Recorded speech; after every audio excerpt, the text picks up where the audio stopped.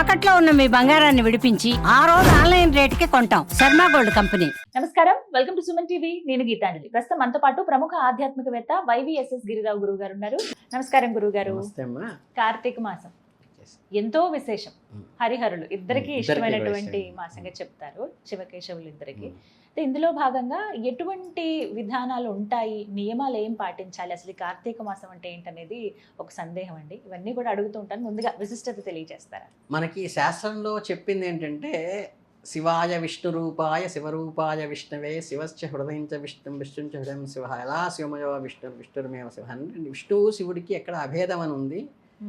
ప్రతి శైవ క్షేత్రంలో విష్ణు క్షేత్రపాలకుడుగా ఉంటారు, ప్రతి విష్ణు క్షేత్రంలో కూడా శివుడు క్షేత్రపాలకుడుగా ఉంటాడు. వాళ్ళకి అట్లా అభేద స్థితి లేదు. అట్లాగే ఇటు మధ్వాచార్య కానీ రామానుజాచార్య గారు కానీ వీళ్ళు ముగ్గురు కూడా త్రయం అంతా కూడా అందరూ బ్రాహ్మలే, అందరూ సంధ్యానం చేసిన వాళ్ళే, అందరూ నేను చెప్పిన శ్లోకం ఉదయం సాయంత్రం 3 సంధ్యల్లో పఠించిన వాళ్ళే. సో అక్కడ అభేదం లేదు.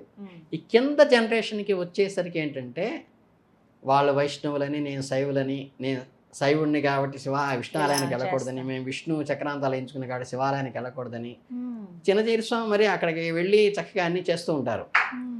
ఆయనకి లేదు, మనకి కింద వాళ్ళకి వస్తుంది ఇదంతా. అందులో ఇంకోటి ఏంటంటే, మనకి మన ఎప్పుడో గరికపాటి నరసింహారావు గారు అన్నారు, మొన్నేమో చక్కగా వినాయకుడు చేసుకున్నాము, ఆ తర్వాత వాళ్ళ అమ్మది ఆశ్వీజ మాసం అంతా వాళ్ళ అమ్మకి చేసాం, ఇప్పుడు వాళ్ళ నాన్నగారికి చేస్తున్నామని. వాళ్ళ నాన్నగారికే కదా, వాళ్ళ మేనమామ కూడా చేస్తాం. ఎందుకంటే మాకు ఇందులో చెప్పేది ఏంటంటే, చిలుకు ద్వాదశి అని చెప్తారు. అది విష్ణువుకి ప్రీతిపరమైనటువంటి రోజు. అలాగే వచ్చేసి మనకి ఆషాఢ శుద్ధ ఏకాదశి రోజు శయన ఏకాదశి పడుకున్న ఆయన ఇప్పుడు నిద్ర లేస్తాడట, యోగ నిద్ర నుంచి ఏకాదశి రోజు. సో అది కూడా వైష్ణవే.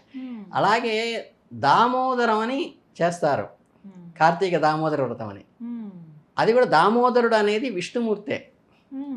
ఉదరానికి తాడు పెట్టి వాళ్ళ అమ్మ రోగి కట్టేస్తుంది కదా, అది దామోదర స్వరూపం. మన 7వ తారీఖు నుంచి స్టార్ట్ అయ్యి రేపు 21 దాకా దామోదరం అని. ఇస్కాన్ వాళ్ళైతే కనుక చక్కగా హారతులు, నీతి దీపాలతో హారతులు ఇవ్వాలని చెప్పేసి పాదాల దగ్గర ఒక 4 సార్లు తిప్పడం, ఉదరం దగ్గర 2 సార్లు తిప్పాలని, ముఖం దగ్గర 3 సార్లు తిప్పి మొత్తం 7 సార్లు బాడీ అంతా తిప్పాలని. ప్రతి ఇస్కాన్ టెంపుల్లో కూడా మీరు వెళ్తే అక్కడికి ఇప్పుడు ఆ నీతి దీపాలను మనకిచ్చి మన చేత చేయిస్తారు. అలా ఉంది.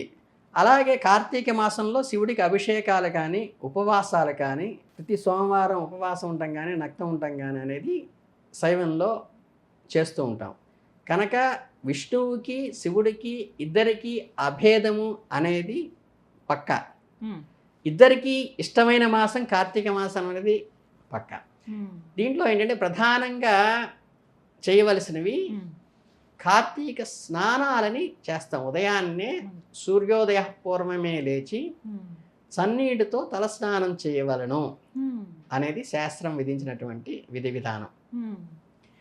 తర్వాత ఏంటంటే, అది అయిన తర్వాత ఈ మాసం అంతా కూడా ఎవరైనా ఉపవాసాలు నక్తం కానీ ఏకభుక్తం కానీ, అంటే పగలంతా ఉపవసించి నక్షత్రాలు కనిపించిన తర్వాత తినేటువంటిది కానీ, లేకపోతే పగలు మధ్యాహ్నం భోంచేసుకుని రాత్రికి భోంచేయకుండా ఉండటం కానీ, ఏదైనా సరే వారి వారి ఆరోగ్య పరిస్థితులను బట్టి చేయండి.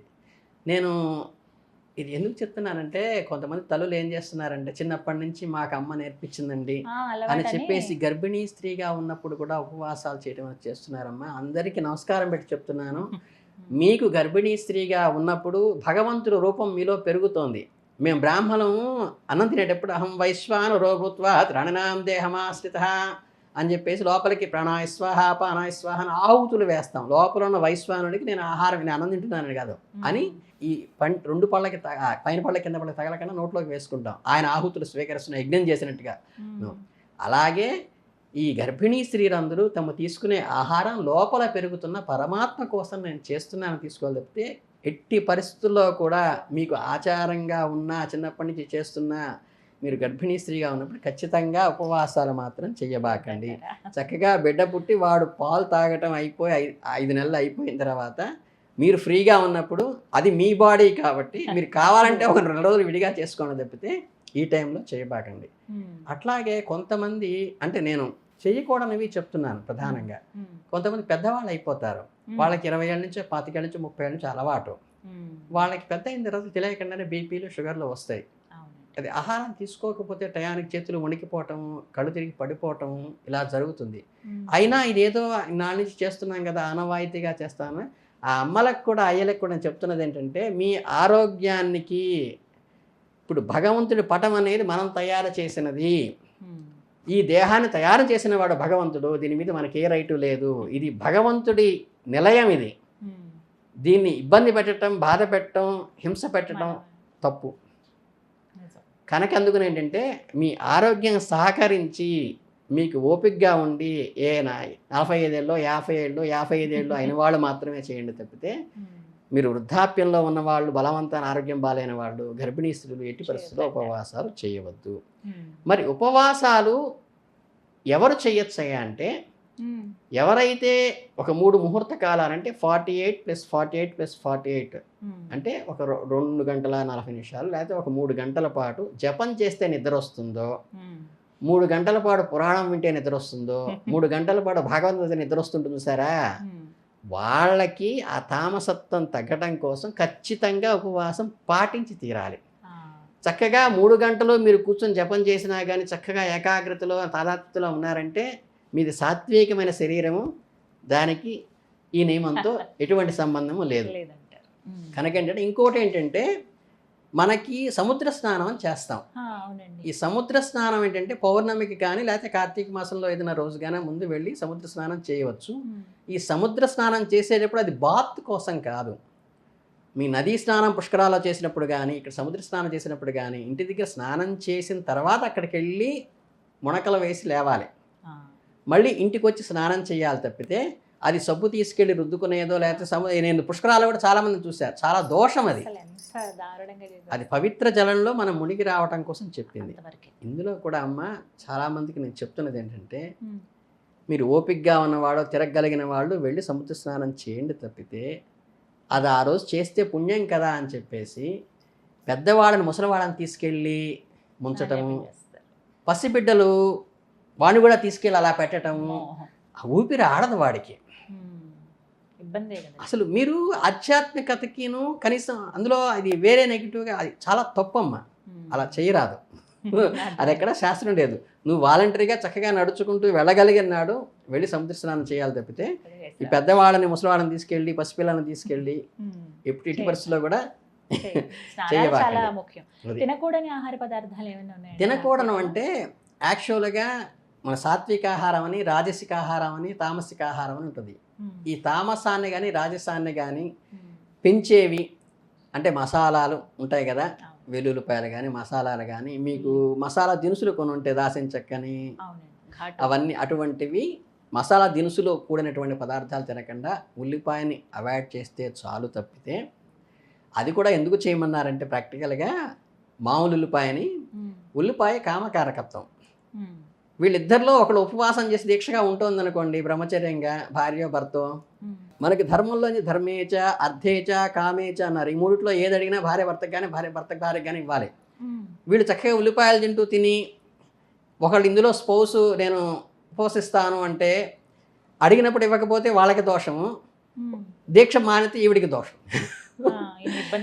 అందుకనే చెప్పింది తప్పితే వెల్లుల్లిపాయ ఆపేయండి, మసాలా దినుసులు ఆపేయండి, సరిపోతుంది. అలాగే తులసి కోట దగ్గర పూజ చేసుకోండి. రెండోది ఏంటంటే ఉసిరి చెట్టు కింద సమారాధన చేయమని చెప్పారు. ఈ సమారాధన చేసేటప్పుడు అంటే ఉసిరి చెట్టు ఉన్న దగ్గరికి వెళ్ళి మనం నమస్కారం పెట్టి అక్కడ చుట్టూ ముగ్గులు వేసి కళ్ళావు చల్లి ఆ ముగ్గుల మీద దీపారాధన చేసి నమస్కారం పెట్టుకోగలిగితే ఉసిరి బెరడుకి మన కర్పూర హారతి తగిలేట్టుగాను, ఉసిరి బెరడుకి మా దీపాలు కాలేట్టుగాను కొన్ని నేనేంటంటే నాలాంటి వాళ్ళు కూడా చెప్పకపోతే వేలం వేరేలాగా వెళ్ళిపోతుంది. ఈవెన్ దో తులసి కోట మీద కూడా తులసి కోట ముందు పెట్టాలి, ముగ్గు వేసి తులసి కోట మీద పెడతారు. ఆ మొక్కకి కూడా సెగ తగిలేసి కమిలిపోతూ ఉంటాయి. అవన్నీ దోషాలండి. అలా చేయకుండా దూరంగా ఉండి చెయ్యాలి. అంతేగాని ఇందులో దోషం ఏంటంటే మనం ఆ రోజు చేయాల మొక్క విరుచుకొచ్చి ఆ మొక్క పట్టుకుని కొమ్మలు విరచకూడదమ్మా. ఎట్టి పరిస్థితుల్లో మీరు ఉసిరి చెట్టు కొమ్మలు విరిచి తీసుకొచ్చి చేయబాకండి. మీకు ఇంకా చెయ్యాలి, అక్కడ దాకా వెళ్ళలేమనుకుంటే వనానికి చేయగలిగిన అద్భుతం ఏంటంటే పెరిగిన మొక్కలు ఉంటాయి. మీరు నర్సరీస్ ఉంటాయి, ఈ నర్సరీలో ఉసిరి మొక్కలని కుండీల్లో పెంచిన ఉంటాయి. అవి తెచ్చు. వాటిని తీసుకొచ్చి తులసమ్మ పక్కన మనం పెట్టుకుని చక్కగా దాన్ని తులసమ్మకి ఆ అమ్మవారికి పూజ చేసుకుని మనం ఆ పోర్టికోలోనో ఎక్కడో అందరూ మన ఫ్యామిలీ అంతా చక్కగా అరిటాకులు తీసుకొచ్చి అక్కడ కూర్చుని ఆ సన్నిధిలో తినచ్చు తప్పితే కొమ్మ విరిచి తీసుకొచ్చి మాత్రం చేయకూడదు, అది దోషం. తర్వాత ఏంటంటే ఈ మొక్కలు తీసుకొచ్చిన వాళ్ళు కూడా నర్సరీలో చేయాల్సిన ప్రధాన పాత్ర ఏంటంటే అవి తర్వాత 3 నెలలు 6 నెలలు నెక్స్ట్ ఇయర్ కూడా ఉండిపోతుందని ఆ చిన్న కుండీలో అంత పెద్ద అది చిన్న కొమ్మ కాదు, మహావృక్షంగా పెరగాల్సింది. దాన్ని పెట్టేస్తే ఏంటంటే బోన్సాయిలాగా అది ఆహారం కావాల్సిన ఆహారం ఆ కింద కాస్త మట్టిలో అందదు. మీరు ఈ కార్యక్రమం అయిపోయిన తర్వాత దీన్ని మళ్ళీ తీసుకెళ్ళి మీకు ఇంట్లోంచి అపార్ట్మెంట్స్లో వాటర్ ఫ్లో అయిన తర్వాత ఓవర్ఫ్లో అవుతుంది, పైకి పడిపోతుంది కదా, ఈ వాటర్ అంతా ఎట్టిపోతుందో చూసుకుని అక్కడ ఒక అడుగు వెడల్పు, అడుగు ఎత్తు, అడుగు లోతు ఉండేటువంటి గుంట తీసి దాంట్లో మెత్తటి మట్టి కూరి అందులో ఈ మొక్క నాటితే చక్కగా మొక్కలు పెంచిన అదృష్టం వస్తుంది. ప్రతి ఇంటికి ఒక మొక్క వస్తుంది. రేపు పొద్దున్న దీపారాధన చేసుకోవాలన్నా, వనభోజనాలు చేయాలన్నా ఎక్కడికి వెళ్ళకన్నా మీ వాకిట్లోనే చేసుకోవచ్చు. ఇక్కడ వ్రతం తీరింది అవుతుంది. అంటే కుండీల్లో తెచ్చుకోండి, తెచ్చింది మళ్ళీ వృక్షంగా నాటండి, లేదా చెట్టు దగ్గరికి వెళ్ళి చేయండి. అంతేగాని కొమ్మలు వరిచి చేయొద్దు. ఈ కుండీలు ఇలాగే సంవత్సరాల తరబడి ఉంచొద్దు. అంటే చేయకూడదు అనమాట, దోషాలు అనమాట. అలాగే కొంతమంది ఏంటంటే పెళ్లి కాని పిల్లలు వీళ్ళు ఎవరన్నా ఉన్నప్పుడు ఏంటంటే కార్తీక దామోదర వ్రతం అని చెప్పేసి ఆ రోజు మీరు మొక్కలకి పెళ్లి చేస్తారు. అది అందరూ చేసే కార్యక్రమం కాదు. పిల్లల పెళ్ళిళ్ళు కావాలనో లేకపోతే పిల్లలు ఇంకా లేట్ అవుతుంది మ్యారేజ్ అనుకున్న వాళ్ళు ఆ మొక్కలకి దామోదర కళ్యాణం చేయిస్తూ ఉంటారు. మనం తిరుపతిలో కళ్యాణ అక్షతలు తీసుకొచ్చి చేసుకుంటాము, ఊళ్ళో గుళ్ళో కళ్యాణం చేస్తాం, అట్లాగే ఆ మొక్కలకి కళ్యాణం చేస్తారు. అది వాళ్ళు పెళ్ళి కావాలనుకున్న వాళ్ళు వాళ్ళ వరకే తప్పితే. అందుకని ఉపవాసాలు చేయాలి, రోజు దీపారాధన చేయాలి, తర్వాత సముద్ర స్నానం చేయాలి, వనభోజనాలు చేయాలి. ఇవి ప్రధానంగా తీసుకోవాల్సిన నియమాలు. తామసానికి రిలేషన్ ఉన్న ఆహారం ఆపాలి. ఇవి కార్తీక మాసంలో గుర్తుపెట్టి చేయవలసిన నియమాలు. చక్కగా వివరించారండి. ధన్యవాదాలు. చాలా సంతోషం.